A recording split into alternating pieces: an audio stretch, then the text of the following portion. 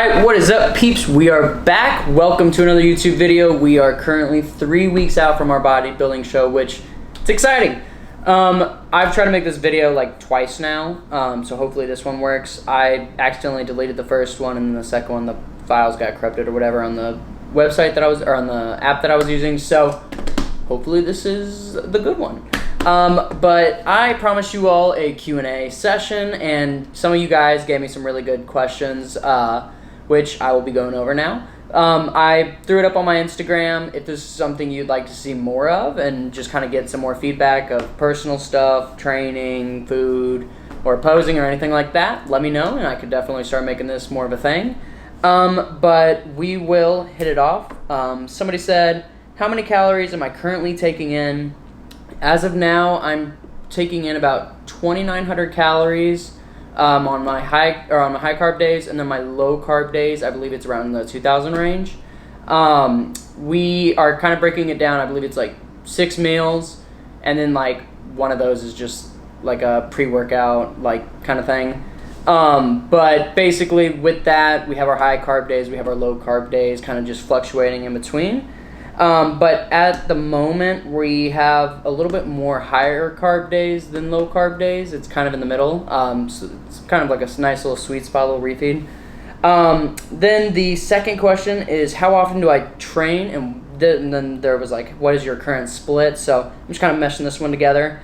Right now, I'm doing like a 3 days on, 1 day off kind of split. So I'll pull up my schedule right now. So right now, my day 1 is legs, day 2 is back and chest, day 3 is chest and triceps, day 4 is core and cardio, day 5 is back and bicep, and day 6 is chest and back.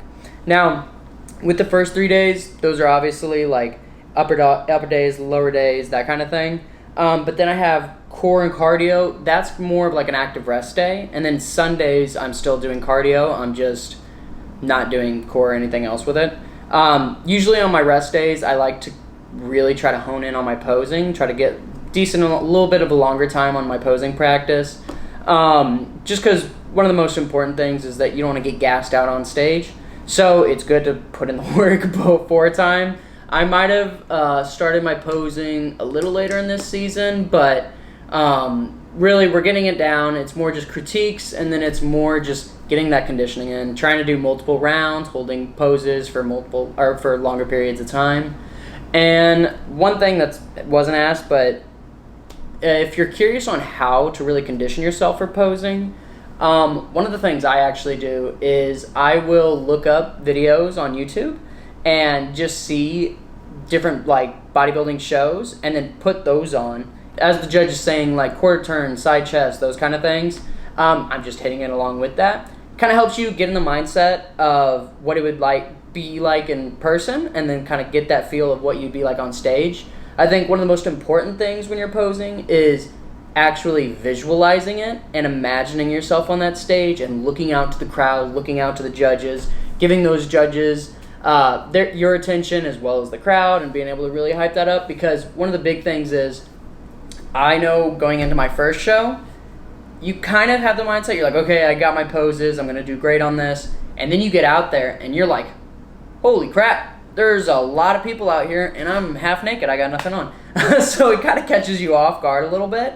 So really try to imagine yourself on that stage, hearing everybody, looking at everybody, and then just keeping that composure and the excitement, kind of showing that smile. One of the biggest things I see is that a lot of people try to look very either tough, or they just don't have any emotion at all, and they're just like stone faced, which I think it's okay, but like at the same time, you want to make it look, at least for classic physique, you want to make it look as effortless as possible. When you're hitting a pose, you want to flow into those poses and just boom, hit it.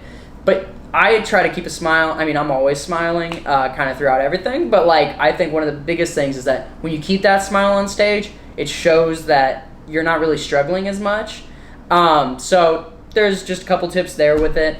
But then one of the other things for kind of building up that conditioning with your posing is, I would say, just try to do multiple rounds. Build up the amount of time you're holding these poses. So say you're going from the front relaxed. You try to hold that for like 15 seconds. Then you'll go to your quarter turn. Hold that for 15 seconds. do your laps, go a couple rounds with that. Then maybe a couple days later, the next week, when you're able to hold that 15 seconds really easy, then go into maybe bump it to 20 seconds, something along those lines. And then one thing I saw that Rough Diesel did, he basically, when he does his posing, he has some days where he'll just focus on like the regular mandatory, like just front relaxed side, rear, other side, and then just do only that. And then another day he'll do like side chest, mantis, tricep, front double, like rear double, that kind of thing, which is actually like really smart. And I've kind of started to implement that a little bit into my training. That way, because a lot of the time you kind of get gassed out, and then when you're going into those other poses, you don't really get to give it as much attention or as much emphasis as you'd like. So just tip there, maybe try to alternate it around a little bit, and then have those days where you do all those poses and you try to hold each one for that long, and then really try to build that conditioning up. And then our next question, it's how does this prep differ from your last prep? Now, honestly, this prep is completely different from my last prep. My last prep, I was with my coach for the first time. So he was kind of learning my body as well as I was. So like I wasn't very familiar with the whole bodybuilding stance on how different foods would react and just like how my body would really like react to different things. So it was an experience that I got to learn a lot about myself, but then my coach also had to learn that thing just so I could peak at the right time. I could try to get down lean and what foods work for me. So that show, it's actually very interesting because that past show, I was on very little carbs. I was like, I'd say like my last month and a half, I was probably just like almond butter and then maybe like a rice cake and something else. I can't remember, but it was not a lot of carbs at all. And we were like very low carb for like the whole end of it. But this show, I'm actually eating a lot more carbs. I'm eating like sweet potatoes, I'm eating red potatoes, I'm actually eating rice and cream of rice and stuff like that. And I'm leaning out and I'm actually like reacting very well to it, which is awesome because then I get to really kind of hold on to those foods a little bit longer as we're going into the show. So that's nice. I would say definitely with the food side of things, we're eating a lot more. We're able to hold on to a lot more food. And just compared to my last show where I wasn't able to get as many carbs and we were really still trying to discover what foods worked for me. And like one thing too was like my last show, it was like all ground turkey. It was like ground turkey and chicken was like all I ate. And this show, I get to actually eat red meats. I get to eat chicken. I get to eat fish. And something me and my coach realized was that my body reacts very well to red meats. Kind of looks a little bit fuller, looks a little bit just pumped, which is nice. So we get to kind of stick with that. And then I would say it also differs because I'm going into this not with the mindset of just being there to be there, but I'm going into the mindset of actually trying to win this thing. So this will be my pro debut, which is really exciting, but it's also that next step. It's that next level where I'm going to be facing competitors that are top tier. Like these guys don't mess around. I'm really excited to see what the competition will look like and kind of how a pro show is ran. But I would say that's one of the biggest things is that I had to get into the mindset of like, you cannot let loose at all, because if you do, these guys are literally just going to be passing you. I mean, it's crazy because it's like if I let off the gas a little bit, then that could literally blow my entire show, and then that guy could beat me. So I think I'm going into this with a much stricter mindset. I'm going into this with just a lot more strictness in everything I do, whether that be my training, my posing, my cardio, or my just conditioning overall. I think one of the biggest things I've really focused on with this prep is keeping that strength, because obviously when you're cutting, it's like stereotypical that people will be like, oh, if you cut, you're going to lose your muscle and then you're going to lose your strength and blah, blah, blah. But really, I mean, if you're training hard, you're eating, and you're keeping up with your recovery and stuff like that, you really shouldn't lose that much strength. I mean, obviously, you'll lose some strength towards the end, but really, for the most part, you should be able to hold on to a lot of the strength that you have.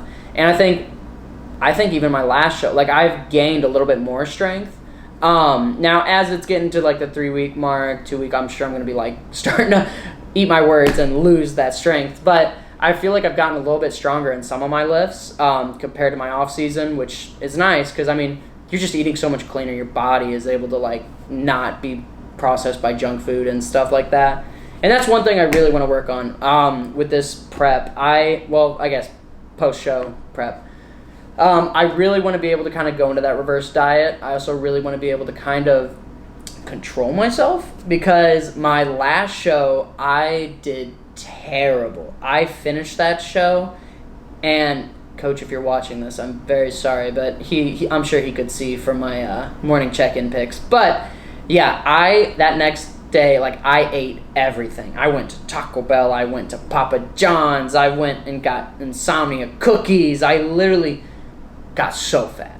And then you wake up that next morning, and because your body is so used to eating so clean for so long, you're gonna wake up and you're gonna feel like you're dying. You just wake up there and your stomach, it just feels like it's got knives like stabbing you, and you're like, ah. But yeah, that's not gonna happen this show. This show, I'm gonna try to kind of reverse diet as best as I can and really not cave into those cravings. I'm really because I do not want to relive that day after eating all that junk. But yeah, I want to try to really hold on to the leanness I can, and I think that's one thing is that this off season I'm going to take it a lot more serious. I'm actually going to like really try to track everything because I still did good like with my last off season, like following my split or following my diet and all that. But then I definitely was just like, oh, I'm sure like this is enough, and then like I wouldn't completely measure everything out, so I was kind of just eyeballing it, which sometimes it's accurate, sometimes it's not. So for this off season, I'm definitely going to try to just keep a little bit more strictness within it. I'm still going to like let loose. I'm still going to like not hold myself to like absolute death, but I just want to be a little bit better so that I can really take advantage of the most growth throughout this show and, you know, actually grow in this off season. Because comparing myself from my last show to this show, we've definitely put on some size, which is nice. Because I think right now we're at like the 153, 54 mark, something like that. And we're still holding on to this leanness, which is crazy because my last show, I went from 173 to 143 or 172 to 142, somewhere around that range. And I lost like 30 pounds. But then it was like, I look good, but I didn't look crazy. But like this time, I'm leaner than I was my last show, and we're eating more, and I definitely put on some size into the off season, which is really nice. So I'm really excited to see what happens when I put full effort into my off season and don't really let too much off the reins and keep, you know, the consistency of everything. Okay, and then I have, what are some tips for dieting? Okay, so I would say, this is a hard one, because there's so many things on the internet that you're going to get so many different responses, so I'm not super scientific. I have a couple buddies that are like down pat into the science of everything, but I will say some of the tips for cutting for me, I would say set a realistic goal, because it's going to help you in those moments that you're kind of starting to let loose, or you might be like, oh, a couple cookies isn't going to hurt. But when you get those cravings and that kind of thing, you have that goal set, so you're like, okay, let me keep this in mind. That's what I'm aiming for. I also think it's good to have those goals because it gives you something to actually look forward to. And it's not like you have to hit those goals, but it does give you a position of what you're aiming for. I wouldn't say totally to rely on the scale. I'd say the scale is a helpful tool to look at, but sometimes I would say take those progress pics, because those progress pics are going to be your best friend, because it's going to be like 2 months from now and you're going to be like, I don't feel like I changed at all. And then you're going to look at those pics and you're going to be like, oh, you know what? Maybe I did lose some weight there. So taking those and then kind of comparing it and being like, okay, this is my goal, this is where we're at, and then having those progress pics along the way, I feel like it's very, very helpful. I would say slow is best, because there's no point in being at whatever your calorie range is, your maintenance calories, and then absolutely cutting like 1,000 calories off, because you're going to dig into that muscle as well, and it's not good. So you want to try to hold on to as much muscle as possible. So I would say slowly go through the process. I would say little subtle changes are the best thing you could possibly do. Now, if you're at your, we'll say like 2,500 calories, and then you're like, okay, I'm going to start my cut, just cut it by like 300-400 calories, something along that. And then from there, once you notice that weight starts to be a little stagnant again, then you continue to cut those calories. Or whether you decide to go into those tools in your tool belt and add more cardio, do things like that. I would say, personally, you don't really need diuretics until you're getting to that there's a fly flying around here. But you're not going to need those diuretics until you're getting to like the depth of prep. And it's like, if you're just doing a regular cut, truthfully, I don't feel like there's any need for it. So I would say maybe stay away from those. But if you're going to do those, make sure that's like the last tool you're using. Another thing I would say is that when you use those tools in your toolbox, your body will set whatever you do as a baseline, and it adapts from that. So when you are like, I'm on a cut, and now I'm going to start off with an hour and a half cardio. I've had a couple of buddies that have done that, and they're like, yep, start off with an hour and a half of cardio. That is your baseline. Your body is going to think, oh, okay. At first, it's going to work, but then it's going to be like, okay, this isn't really doing much for me anymore. And I would say start off small, because like when I do my cut, like even for this show and this prep, I think we started off with like 15 minutes of cardio, and then from there we built it up, and then it was just like 20 minutes of cardio consistently, and then it was like 30 minutes fasted in the morning, and then from there we bumped it up as like it got getting deeper into the prep. It's like we have 2 cardio sessions now, so we'll have like a fasted one in the morning and then one like after my workout. So I really don't think that you're gonna need to do above an hour of cardio, depending on your goals. But like really, if you're kind of managing what your diet is, what your recovery is, and what your cardio is, and those other tools, then you don't have to go to like the fullest extreme lengths of all that. And then I would say one of the big things, count your calories. You can use different apps like MyFitnessPal, or there's like 1,000 different other ones that'll count your calories.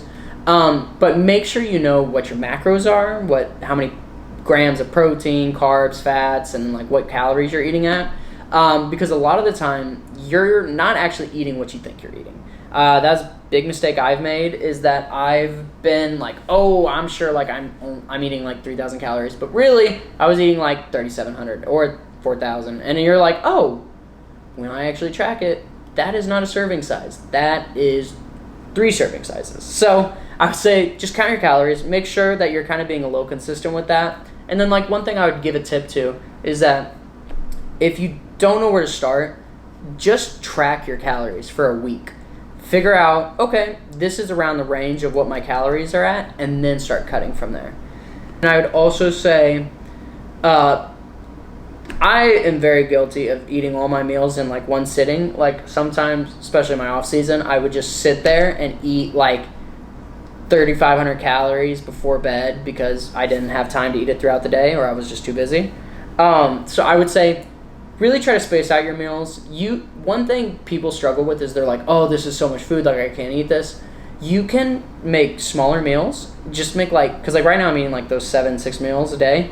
Just break those meals up throughout the day in just smaller portions. And then I would say the last thing, rest is key. When you're on a cut, your body needs to recover.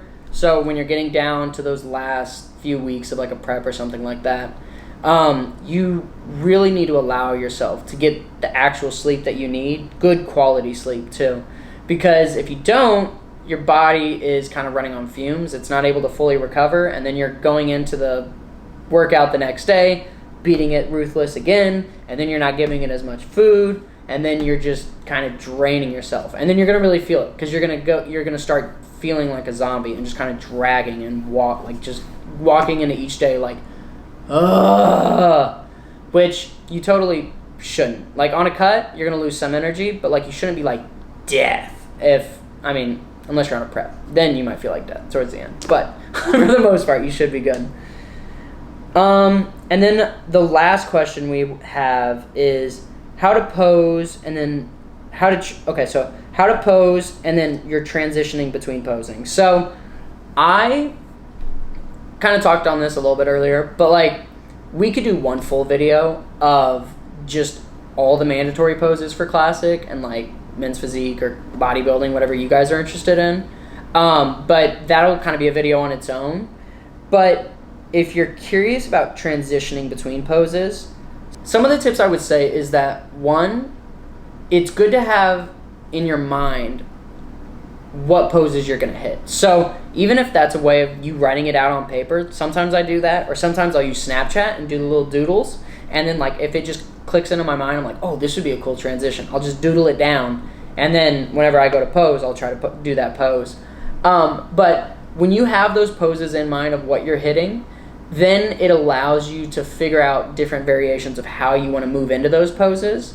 So one, figure out what poses you want to hit. Then from there, we can find those little filler gaps of how to move into those.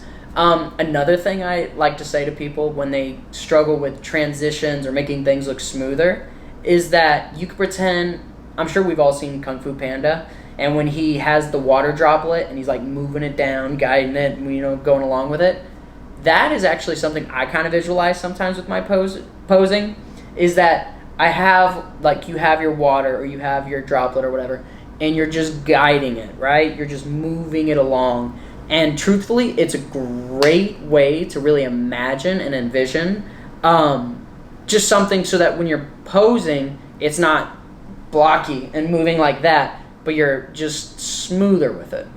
But I can make a whole video on posing and that kind of thing on its own, because that I could talk about for hours, which I love posing. Beyond that, that was all the questions I got. If you guys are interested in this kind of thing and want me to keep doing these Q&A sessions, let me know. I'd love to help you guys out, and I'd love to answer any questions you got. So that's going to be it for this video. I love you all. I will see you in the 2 weeks out video, and until then, peace out.